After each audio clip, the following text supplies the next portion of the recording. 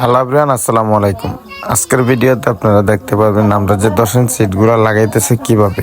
তো আমি কিছু কথা আপনাদেরকে আগেই বলে দিই। আমরা নিচে 15 ইঞ্চি দুইটি রদ্দা দেওয়ার কথা ছিল, তো আমরা দুইটি রদ্দা 15 ইঞ্চি না ব্যবহার করে 6 ইঞ্চি হাইট এবং 15 ইঞ্চি ফাঁস করে আমরা তিনটি রড দিয়ে একটা ঢালাই করে দিয়েছি, যেটা আপনাদেরকে আমরা আগের ভিডিওতে দেখিয়েছিলাম। তো এই ডালার উপরে আমরা সম্পূর্ণ 10 ইঞ্চি দেয়ালটি করতেছি। তো প্রথমত কিন্তু আমরা 10 ইঞ্চি দেওয়ালটা পুরোটাই লেআউট করে নিলাম। লেআউট করে নিয়ে আমরা 10 ইঞ্চি দেওয়ালের কাজে ধরলাম।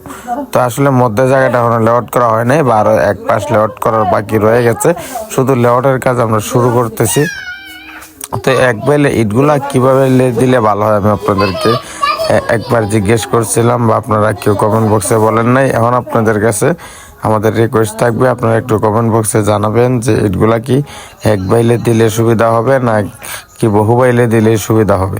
10 ইঞ্চি দেয়াল আমরা যতটুকু জানি যে বাইলে মন চা আপনি সেভাবে করতে পারবেন। শুধু একটা দিক লক্ষ্য রাখতে হবে, এটা হচ্ছে আপনার ইটের বানগুলা ঠিক মতো লাগে কি না।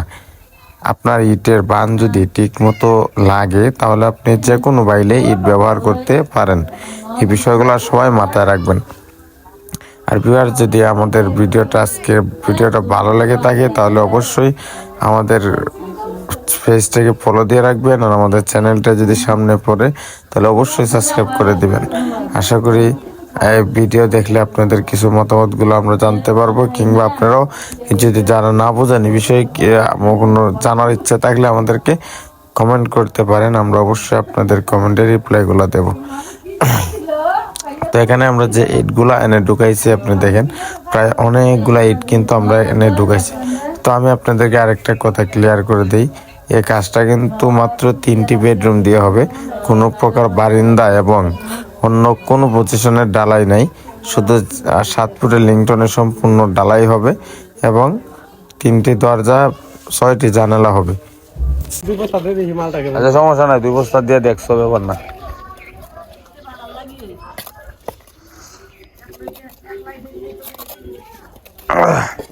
একটু ভালো করে দিও, পানি যেন না যায়। রবিন, আনজি ভালো করে মারে, পানি যেন না বাইর হয়।